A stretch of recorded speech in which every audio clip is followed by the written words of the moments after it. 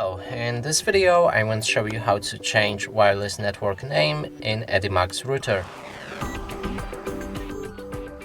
And to do this you need to open General Setup in the configuration website.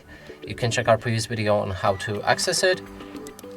Then select wireless, and here in wireless settings you can change SSID, and that's a name for your wireless network. So let's rename it like that and simply click on apply.